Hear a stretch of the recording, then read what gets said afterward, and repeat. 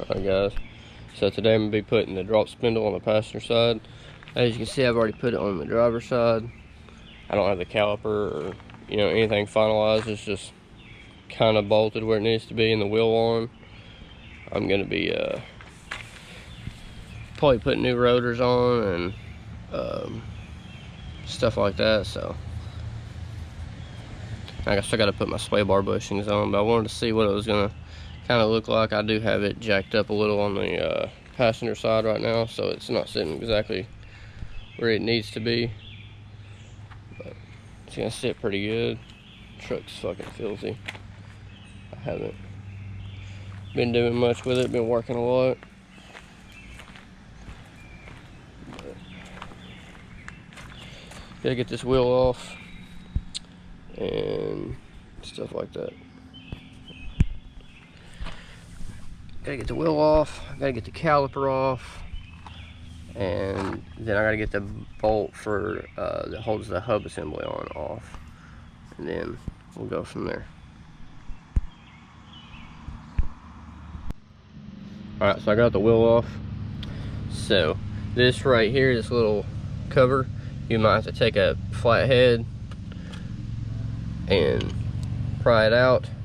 I've already thought my mom was stuck. Had to peck it around with a screwdriver a few times, but then you can see your nut and the cotter pin for the hub assembly. So once you get that off, this whole piece will come off after you take the caliper off, which it's got two of these Allen heads, and it's the 3/8 is the size it's going to be. 3/8 S2. After you get that off, then you can work on your tie rod. I believe it's a 11/16, this one. Then your upper ball joint nut, in my case it's going to be a 19. Then you can work on getting your cotter pin out for the lower ball joint and getting that nut off. I'll have to look and see what size that is. And then I will take my said pickle fork, and they're like that. Beat on this end with a hammer, it'll split it apart. Before I split it apart though, I will be putting a floor jack underneath here, keep pressure on the spring and all that stuff. Way I can just lift this up, get this out the way, put it back in. It's pretty easy. Once I start doing that, I'll show y'all. And then as far as the caliper, I'm not gonna let it hang or anything. I'm just gonna, I gotta bleed my brakes anyways, and these calipers are freaking filthy, so I'm sanding them down and I'm painting them with some very high temp paint. So I will be taking the bolt off of here. I believe it's a 10 or an 11 millimeter, and I'll be setting the line aside and keeping the bolt and the washers together.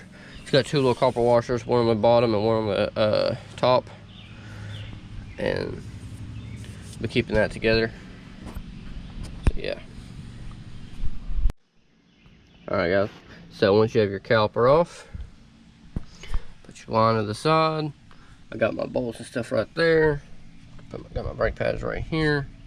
Got this caliper off. I'm gonna clean it up, throw some high temp paint on it. I'll tape everything up like need to be. There's the nut for the hub assembly, your cotter pin, and this is what it should look like. You should have your wheel bearings still in there. Make sure you throw some fresh grease on the hub assembly shaft, and then the bearings. You got to put it back together. I still got to finish taking this nut off for the tie rod.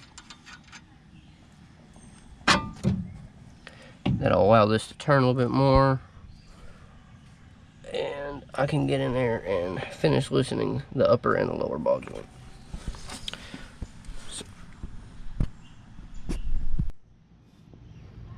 Alright, as you can tell, it's later in the day. I had a bunch of stuff I had to do, but I did finish this up. Got the drop spindle on.